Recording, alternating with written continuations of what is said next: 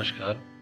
आज मैं आपको नोवेल कोरोना वायरस कोविड-19 के बारे में बताऊंगा और उसके ट्रीटमेंट के बारे में कुछ बताऊंगा। Corona virus it comprises of large family of virus that are common in human beings as well as animals. 7 different strains हैं कोरोना वायरस के। कोरोना वायरस एनिमल्स से मनुष्यों को इन्फेक्ट करता है और उसके आगे मनुष्यों से मनुष्यों में ये फैलता है, जैसे MERS corona virus, SARS corona virus और अब ये जो आई है वैश्विक महामारी कोरोना वायरस 2019। ये जो कोरोना वायरस आई है इसको SARS severe acute respiratory syndrome virus 2 previously कहते थे, क्योंकि 2019 में आई है तो 2019 कोरोना वायरस। 7 डिफरेंट स्ट्रेन्स हैं, 229E alpha, 2NR63 alpha, QC 43 beta etcetera. SARS-CoV-2 previously referred to as Covid virus. ये आरएनए वायरस है, SSRNA वायरस। साइज इसका 120 नैनोमीटर है। फरवरी में ये डेजिग्नेट हुआ था कोविड-19 कोरोना वायरस डिजीज 19। ट्रांसमिशन किससे होता है? ड्रॉपलेट से, कॉफ, स्नीज और टॉक से। Droplet direct contact with mucous membrane. जो ड्रॉपलेट्स होती हैं 6 फीट से ज़्यादा नहीं ट्रेवल करती हैं, और जो वायरस ये फेसेस और यूरिन में persist for a longer period. एक तो ड्रॉपलेट इन्फेक्शन से है, दूसरा है टचिंग सरफेस और object that has virus on it. उसके बाद अपने मुंह पे हाथ लगाना, नाक पे या आंख। वायरस फीसेस में भी प्रेजेंट हो सकता है। क्लिनिकल फीचर्स, इसका इंक्यूबेशन पीरियड 2 से 14 दिन होता है। मोस्ट केसेस 5 दिन लगता है। Spectrum of illness self limiting होते हैं। माइल्ड इलनेस इसमें 80 से 82% है। सीवियर इलनेस 14 से 15% है। क्रिटिकल इलनेस 4 से 5% है। उसमें रेस्पिरेटरी फेलियर, सेप्टिक शॉक है। फिर केस फर्टिलिटी 2.3 to 5%। इसके क्लिनिकल फीचर्स, इंक्यूबेशन पीरियड 2 से 14 दिन जब आदमी इन्फेक्ट होता है, और 5वें दिन लक्षण आने लगता है। मोस्टली 30 साल से ऊपर लोगों में होता है। बच्चों में कम होता है, और होता भी है तो बहुत कम होता है। जो इसके मेन लक्षण हैं, सूखी खांसी, इसको ड्राई कॉफ कहते हैं। फिर दम फूलना, ब्रेथलेसनेस। फिर बुखार, शरीर में दर्द और सांस लेने में मुश्किल। और भी लक्षण है जैसे सर दर्द है, गला खराब, नाक बहना और पेट। इसको 3 तरह से आप वर्गीकरण कर सकते हैं इसकी गंभीरता के। उसमें पहले क्राइटेरिया है, उसमें फीवर है, माइल्ड सोर थ्रोट है, ड्राई कॉफ है, राइनाइटिस है, डायरिया है। फिर कैटेगरी बी में फीवर है, सीवियर सोर थ्रोट है, कॉफ और डायरिया। और या कैटेगरी ए और 2 और मोर लक्षण, जैसे उसका फेफड़े में, हृदय में, लिवर में, किडनी में न्यूरोलॉजिकल डिजीज, या कोई कोमॉर्बिड इलनेस, या प्रेग्नेंट लेडी है, वयोवृद्ध है, 60 इयर्स के ऊपर है। या फिर category A plus cardiovascular disease. फिर कहते हैं कैटेगरी सी में सांस फूलना, छाती में दर्द होना, चक्कर आना, हाइपोटेंशन, हेमोप्टाइसिस, साइनोसिस। तो ये 3 कैटेगरीज हैं, और इनका हमें हमेशा रीअसेसमेंट करना है मैंने आपको बता दिया है। माइल्ड, ज़्यादातर लोगों को जो होता है माइल्ड इलनेस होती है 81% में। Severe illness, hypoxemia greater than 50% drug involvement. Critical illness बस 5% में, इसमें रेस्पिरेटरी फेलियर हो सकता है, मल्टी ऑर्गन डिसफंक्शन सिंड्रोम हो सकता है या शॉक हो सकता है। केस फर्टिलिटी रेट 2.3 to 5% होता है। डायग्नोसिस केस, सस्पेक्टेड केस, एक तो बुखार होगा, सूखी खांसी होगी, दम फूलना होगा, न हिस्ट्री ऑफ ट्रेवल, कहीं अंतर्राष्ट्रीय उसने ट्रेवल किया हो या कहीं हॉटस्पॉट से आया हो या किसी व्यक्ति के संपर्क में आया हो जिसको पॉजिटिव है during 14 days prior to symptom, या फिर उसको लक्षण हो जैसे सूखी खांसी आना, दम फूलना, फीवर और किसी कंफर्म केस के पॉजिटिव होने 14 दिन, या फिर उसको लक्षण है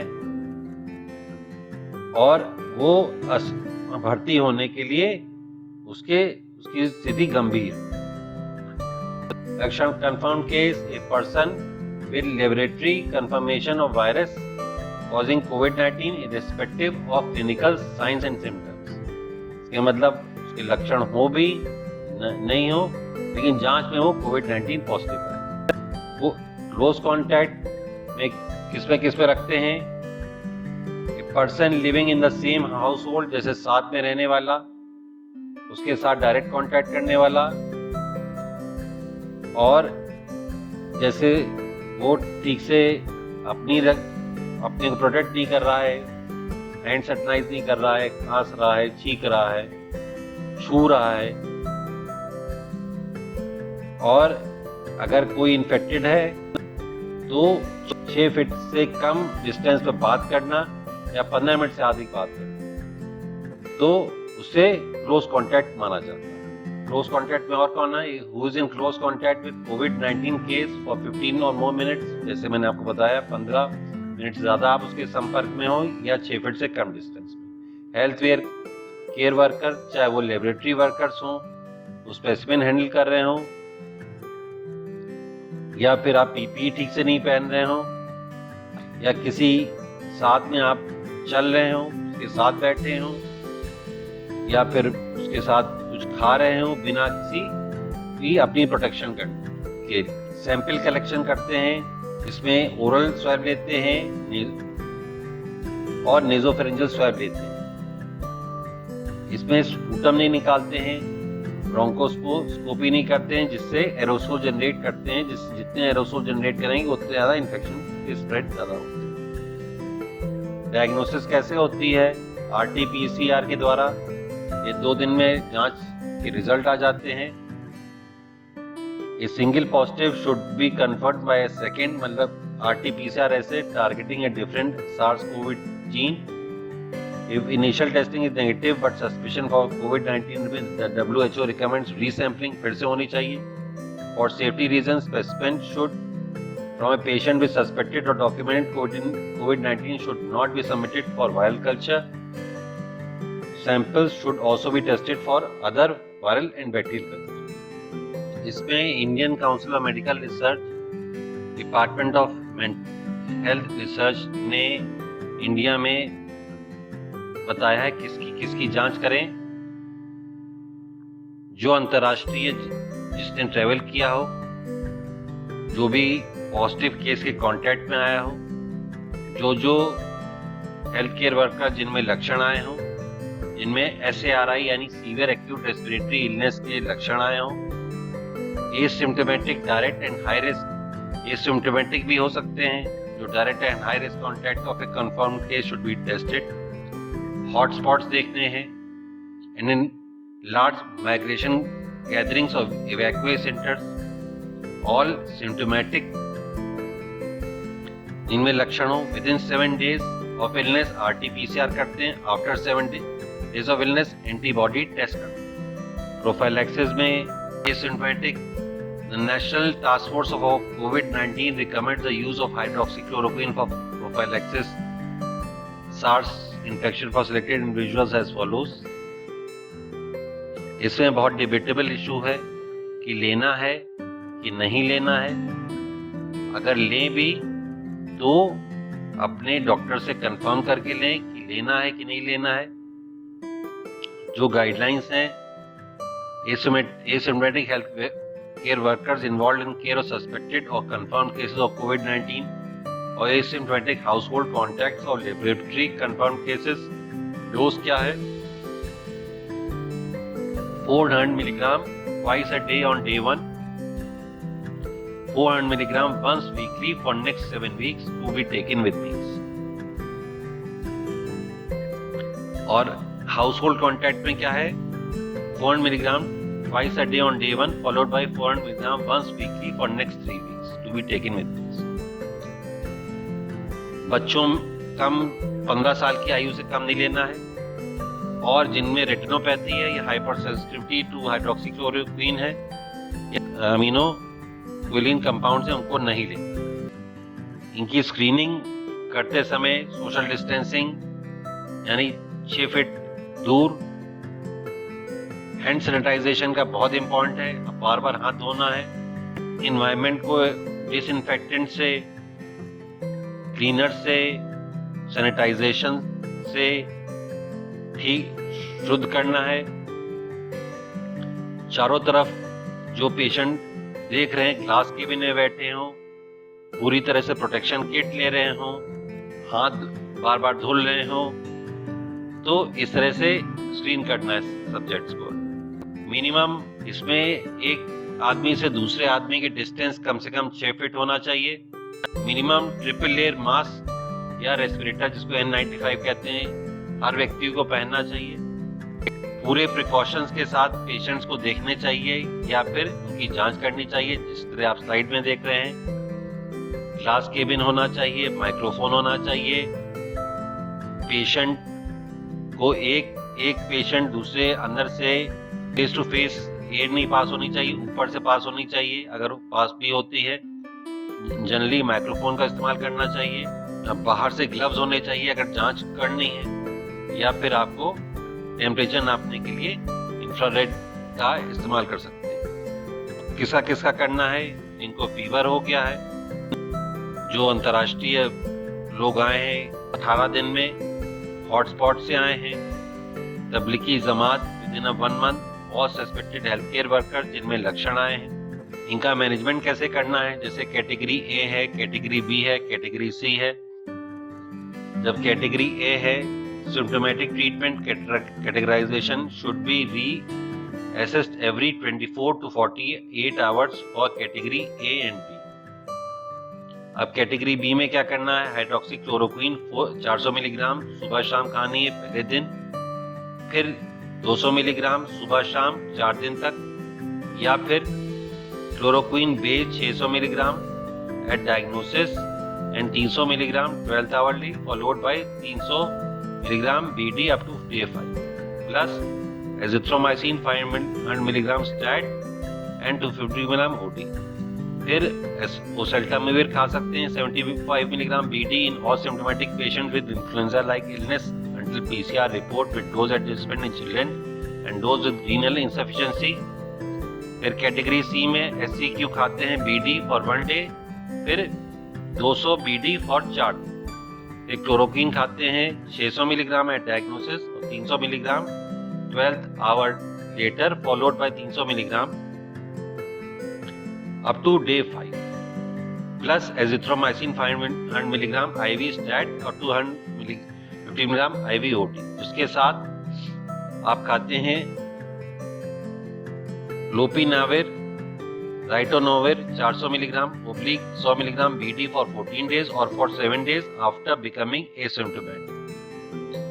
जो लोपिनाविर और रिटोनोविर is to be used only if hydroxychloroquine is contraindicated, to be considered to be used only on compassionate ground after informed consent। It has to be started within 10 days of symptom onset।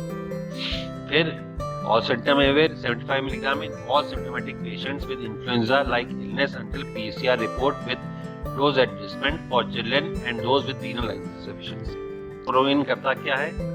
hampers the low pH dependent steps of viral replications इसमें viral और hepatic dose adjustment की जरूरत नहीं है। Has been propose of prophylaxis as told earlier. इसके side effects क्या होते हैं? QT प्रोलॉन्गेशन करता है और डोज होती है पेट्स में 1 milligram 12 hourly for 1 day, then 1 milligram 12 hourly for 4 days. Paediatric में 6.5 मिलीग्राम पर केजी डोज होती है 12 hourly for 1 day, then 3.25 milligram per dose 12 hourly for 4 days. Chloroquine किसको नहीं खानी चाहिए? जिनका QTC ग्रेटर देन 500 मिलीसेकेंड है, पोरफायरिया है, माइस्थीनिया ग्रेविस है, रेटिनोपैथी है, एपिलेप्सी है, pregnancy is not a contradiction. If baseline QT prolongation तो ECG करना चाहिए। और प्रोटीज इनहिबिटर्स में assess for drug to drug interaction before starting, gastrointestinal tolerance देखनी चाहिए, monitor liver function test. Discontinue these agents upon discharge regardless of duration unless previously used as maintenance medication. अगर category C है तो progress to acute distress syndrome या multi organ dysfunction syndrome on SAQ plus addition of lopinavir और ritonavir में भी consider. कब discharge करना चाहिए? जब रेजोल्यूशन ऑफ सिम्टम्स हो जाए, रेडियोलॉजिकल इंप्रूवमेंट हो जाए या डॉक्यूमेंटेड वायरोलॉजिकल क्लियरेंस हो जाए इन 2 samples at least 24 hours apart. Conclusion क्या है? Corona virus 219 was started as a cluster of disease in China in December 2019. ये पूरे विश्व में फैल चुका है। इसको वैश्विक महामारी घोषित कर चुके हैं। जो वृद्धावस्था के हैं जिनमें और बीमारियां वो ज्यादातर इसमें सफरर हैं।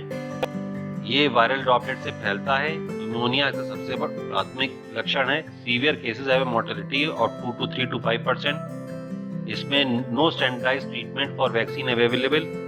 Containment and prevention is the best option. धन्यवाद।